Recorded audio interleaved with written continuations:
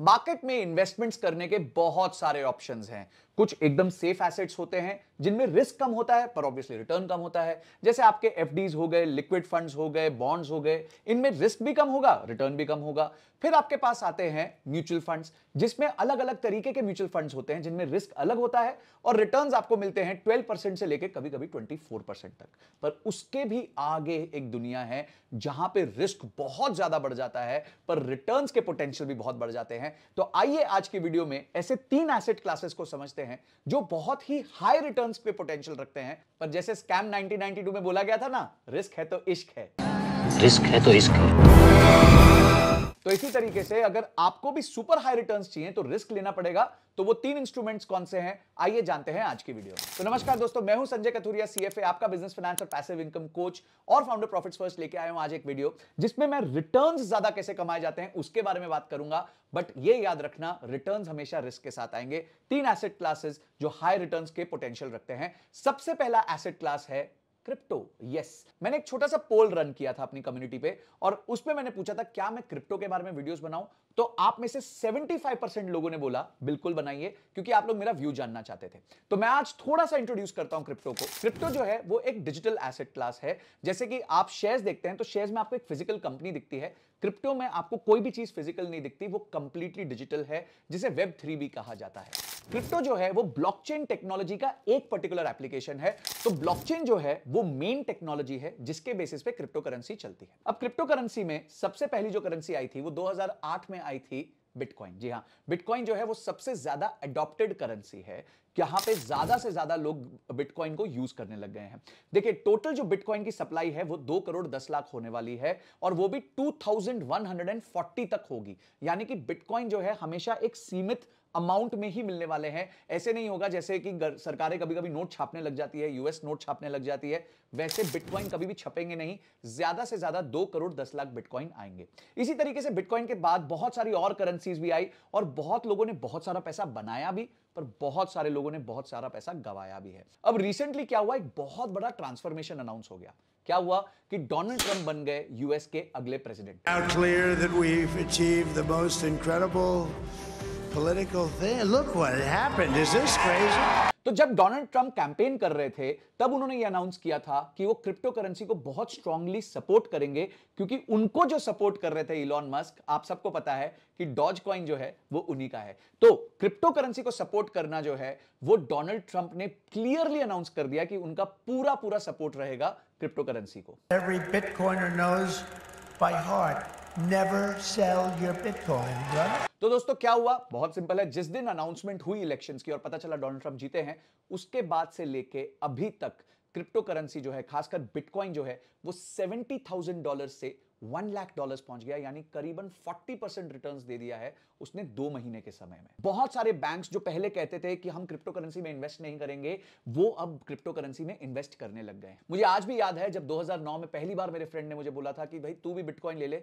तब बिटकॉइन $3 का था, आज वो $1 लाख का है। ऑब्वियसली उस टाइम मैं ले सकता था, अगर मैं छोटा सा भी पैसा उसमें डालता, सारा पैसा नहीं डालता, सिर्फ अगर मैं उसमें $100 भी डाल देता, तो आज उसकी वैल्यू बहुत ज्यादा हो सकती थी। पर ऑब्वियसली इस चीज को मैं समझता नहीं था, इसलिए मैंने इसमें निवेश नहीं किया। पर अगर आज आप क्रिप्टो करेंसी में निवेश करना चाहते हैं तो अपने कैपिटल का बहुत छोटा सा पोर्शन निवेश कर सकते हैं। फॉर एग्जांपल, अगर आप महीने की 10,000 रुपए की एसआईपी करते हैं टोटल में, तो उसमें से 500 रुपए की एसआईपी जो है वो आप कर सकते हैं क्रिप्टो में। पर आप बोलेंगे सर ये एसआईपी होती कैसे है, तो इसके लिए मैं इंट्रोड्यूस करना चाहूंगा आपको मुद्रेक्स को। तो देखिए दोस्तों, क्रिप्टो करेंसी का जो खुमार है वो तो हर जगह फैल चुका है। लोग जो है इन्वेस्ट करना भी चाहते हैं, पर क्रिप्टो करेंसी बहुत ज्यादा वॉलेटाइल हो सकती है। हमने बिटकॉइन को पहले $70,000 जाके $11,000 वापस आके आज $1 लाख जाते हुए देखा है। यानी बहुत ही ज्यादा वॉलेटाइल करेंसी है ये। और यहीं पे मुद्रेक्स आता है जो आपके लिए क्रिप्टो करेंसी इन्वेस्टमेंट्स को बहुत इजी कर देता है। ये एक FIU कंप्लायंट प्लेटफॉर्म है जिसपे 3 मिलियन से ज्यादा रजिस्टर्ड यूजर्स हैं। यहां आप आसानी से चीपर रेट्स पे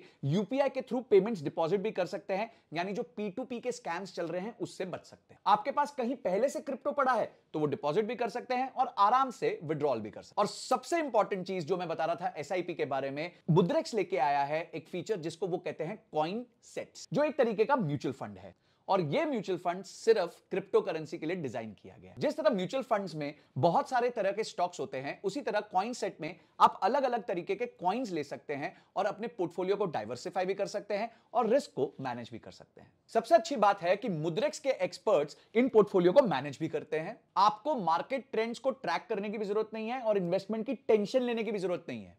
एक्सपर्ट्स अपने आप पोर्टफोलियो को रीबैलेंस करते रहेंगे ताकि आपको ऑप्टिमम रिटर्न्स मिल सके। तो अगर आप क्रिप्टो वर्ल्ड में इन्वेस्टमेंट चालू करना चाहते हैं तो आप कॉइन सेट्स का एडवांटेज ले सकते हैं। एक छोटे से अमाउंट से अपनी एसआईपी चालू करिए। जिस तरीके से आप म्यूचुअल फंड में एसआईपी करते हैं, यहां भी एसआईपी कर सकते हैं, पर आप टोटल जितना निवेश करते हैं उसका मात्र 5 से 10% से ज्यादा नहीं डालिएगा, क्योंकि जैसे मैंने कि बताया कि ये हाई रिटर्न इन्वेस्टमेंट भी है, पर ऑब्वियसली रिस्क है तो इश्क है। तो अगर क्रिप्टो वर्ल्ड में कदम रखना है तो मुद्रेक्स कॉइन सेट आपके लिए सेफ ऑप्शन बन सकता है। मुद्रेक्स ऐप को डाउनलोड करें, अपना अकाउंट बनाएं और कॉइन सेट्स में अपना एसआईपी करना चालू करें। अब सेकंड हाई रिटर्न पोटेंशियल का जो एसेट क्लास है वो है एसएमई आईपीओ।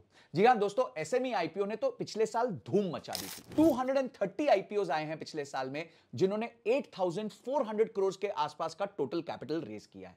इन 230 आईपीओ में से 126 आईपीओ जो हैं वो 100 गुना से ज्यादा ओवर सब्सक्राइब हुए हैं।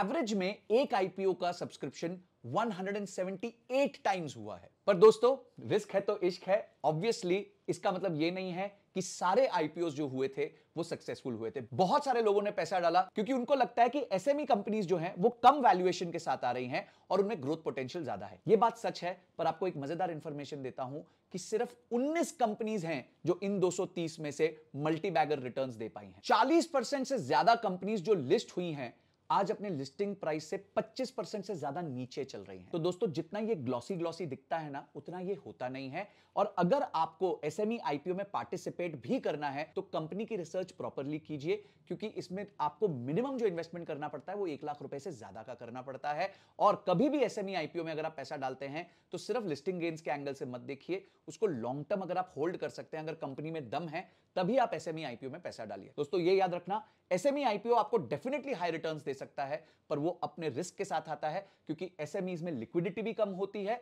और काफी ऐसे इश्यूज होते हैं जहां पे एसएमईज में प्रॉपरली फाइनेंशियल डिस्क्लोजर्स नहीं होते हैं, जो रिस्क बन सकता है। पीछे रोजमार्टा का एक बहुत बड़ा मैटर हुआ था जिसकी वजह से उस आईपीओ को होल्ड पे डाल दिया गया है। तो अगेन, एसएमई आईपीओ में डेफिनेटली रिटर्न्स बहुत हो सकते हैं, पर ध्यान जरूर रखिए। और अगर आप चाहते हो कि एसएमई आईपीओ पे मैं एक डिटेल्ड वीडियो बनाऊं कि एसएमई आईपीओ को इवैल्यूएट कैसे करते हैं, तो कमेंट बॉक्स में एसएमई जरूर लिख देना। अब तीसरा जो हाई रिटर्न एसेट क्लास है वो है प्री आईपीओ। अब मैं आपको एक उदाहरण देता हूं। अब स्विगी का आईपीओ कुछ दिन पहले आया 390 रुपए के प्राइस पे।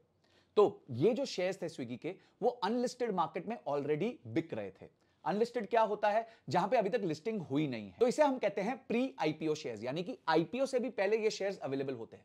तो कौन बेचता है ऐसे शेयर्स? ये वो होते हैं जैसे कुछ एम्प्लॉइज के पास ईसॉप्स होते हैं, तो लोग अपने ईसॉप्स बेच देते हैं। कुछ निवेशक जिन्होंने कंपनी में बहुत शुरू में पैसा डाला होता है, वो अपने शेयर्स बेचना चाहते हैं। तो ऐसे जो इनिशियल इन्वेस्टर्स हैं या एम्प्लॉइज हैं जिनके पास ईसॉप्स हैं, वो अपने शेयर्स बेचना चाहते हैं। बहुत सारे प्लेटफॉर्म्स हैं जिसके माध्यम से आप प्री आईपीओ में निवेश कर सकते हैं, पर प्री आईपीओ के साथ रिटर्न्स बहुत अच्छे हो सकते हैं। पर मैं आपको 3 बड़े रिस्क बता देता हूं।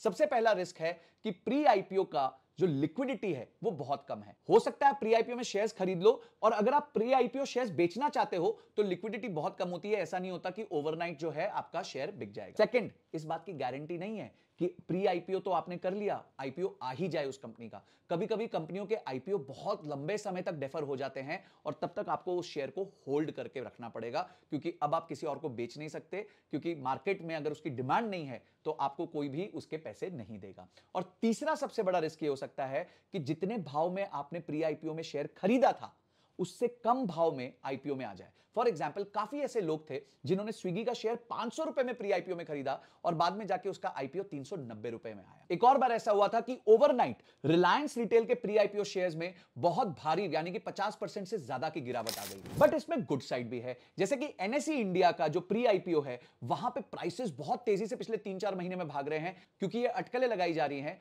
कि इस साल में एनएसई का आईपीओ आ सकता है। तो पिछले 3-4 महीने में ही एनएसई का प्री आईपीओ का प्राइस करीबन 40% बढ़ गया है है और मैं ऐसे कई इन्वेस्टर्स को जानता हूं जिन्होंने एनएससी का प्री आईपीओ 1200 रुपए के प्राइस पे लिया था और आज वो 6200 रुपए का प्राइस चल रहा है। तो ऐसी बात नहीं है कि प्री आईपीओ में जो है आपको प्रॉफिट नहीं हो सकता, पर प्री आईपीओ के भी अपने बहुत रिस्क हैं। उसका लिक्विडिटी का रिस्क है, उसका सबसे बड़ा रिस्क है कि आगे जाके कंपनी लिस्ट ही ना हो, बहुत देर बाद लिस्ट हो, और तीसरा यह भी हो सकता है कि जो उसका लिस्टिंग प्राइस या आईपीओ ऑफर प्राइस है वो आपके परचेज प्राइस से नीचे हो। और एक और चीज बता देता हूं, प्री आईपीओ में आपके जो है 6 महीने का लॉक इन होता है, यानी आईपीओ आने के बाद, कंपनी लिस्ट होने के बाद आप 6 महीने तक शेयर्स नहीं बेच सकते। तो ये कुछ रिस्क हैं जो इन एसेट क्लासेस के साथ आते हैं। तो दोस्तों मैंने तीनों एसेट क्लासेस आपको समझा दिए हैं। अगर आप चाहते हैं मैं हर एसेट क्लास पे डिटेल्ड वीडियो बनाऊं तो नीचे उस एसेट क्लास का नाम बता दीजिए कि जिस पे मैं वीडियो बनाऊं। अगर तीनों पे चाहते हैं तो ऑल 3 लिख दीजिए, मैं तीनों पे वीडियो लेके आ जाऊंगा। मैं फिर से बताऊंगा कि अगर आप क्रिप्टो में इन्वेस्ट करना चाहते हैं